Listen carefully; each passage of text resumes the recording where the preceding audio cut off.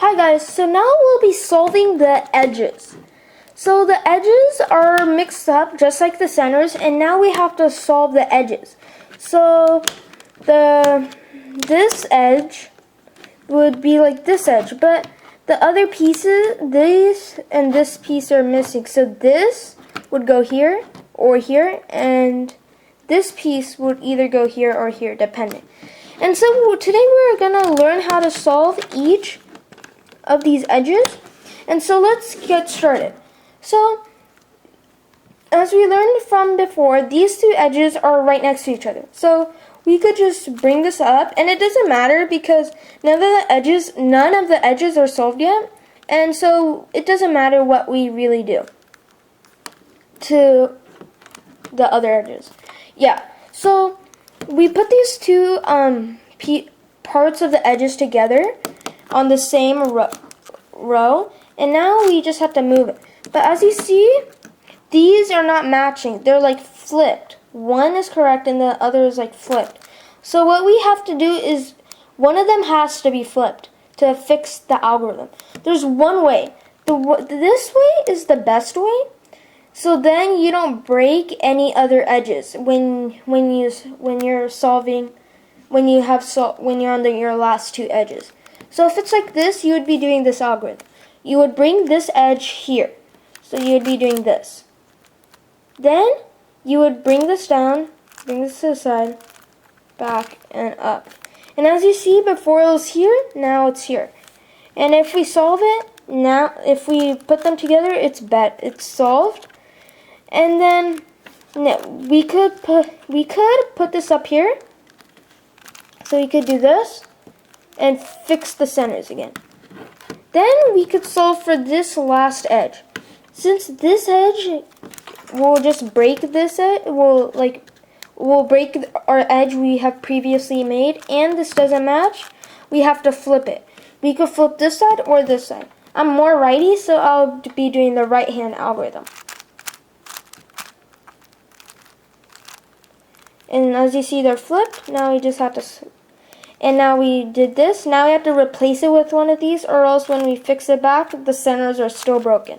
So we would be doing this, and now this is solved, and the centers are still preserved.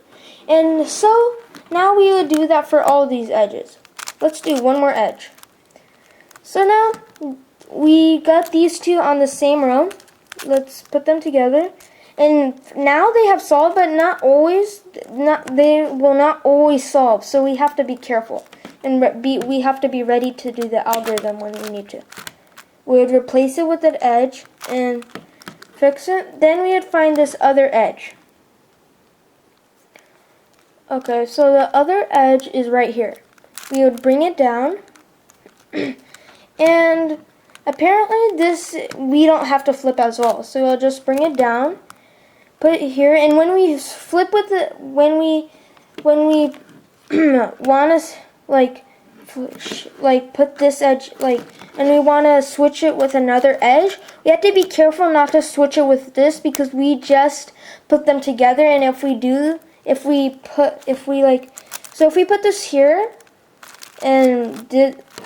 so if we did this here and we want to replace it, if we want to replace this edge with this, we would, and when we fix the centers again, this is broken and this is not. So we have to replace it with two edges that we have not made. So we would be doing it like this and there. Now both of our edges are solved and the centers are still preserved.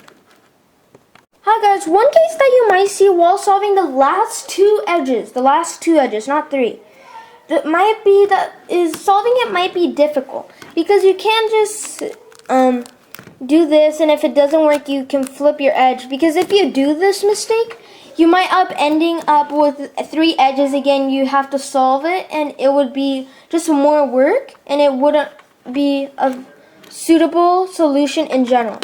So this is just one case for the last two edges, but there are hundreds of cases, but you could pretty much do it in the same method. So just pick one edge you want to solve. So if you want to solve, it's best to choose the edge that is mostly solved, but if both of them are scrambled, just choose one that's easiest or best for you.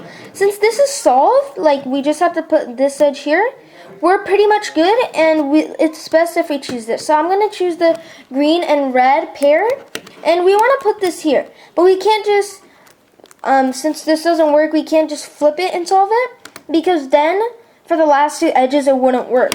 So if we want to put this edge here, we would do this. So if it's here, we would move it this way.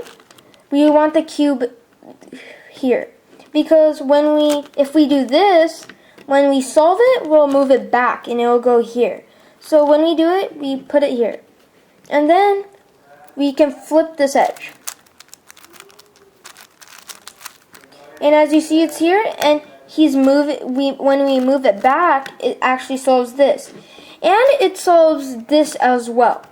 So that's how you solve the last two